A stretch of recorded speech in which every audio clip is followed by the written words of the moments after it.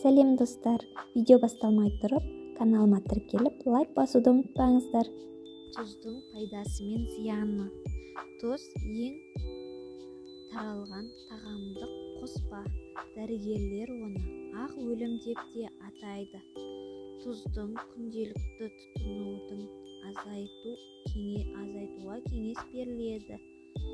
Ол шынымен ағзаға зиян келтіру мүмкіндігі бар.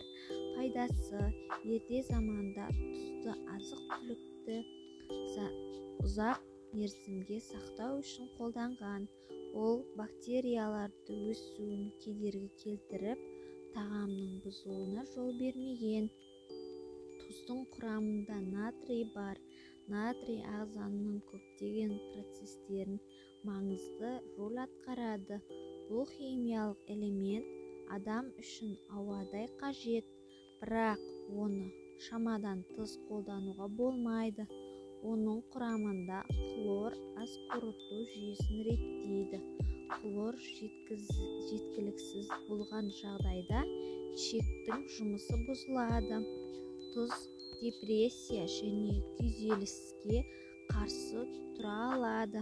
Ол уақыт және ұйқы гормонын өндіруге көмектеседі.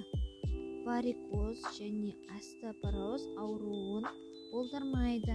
Дәрі ретінде тұмау, тіс аурулары, ангина, ларингит және дене буындарын мазалаған кезде қолданылады. Зияны: бұл қоспаны көп мөлшерде тұтынған жағдайда қан қысымы жоғарылап, жүрек тамыр ауруларының болуы қаупі артады. Тұз көп қосылған тағамдар ағзаға зиян келтіреді. Тұздың тағамнан кейін адамның су ішкісі келеді. Ішкен сұйықтық ағзада шықпай, май жасушаларында жиналады. Сол себептен зат алмасу процесі өзгеріп, организмнің жұмысы бұзылады.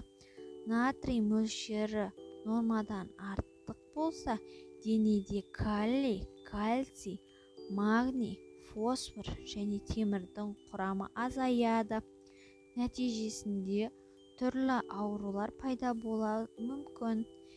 Теңіз тұзы теңіздің суын тазарту арқылы алынады, бірақ теңіз ауруы металдармен ластанғандықтан ол тұздың құрамында да болуы мүмкін.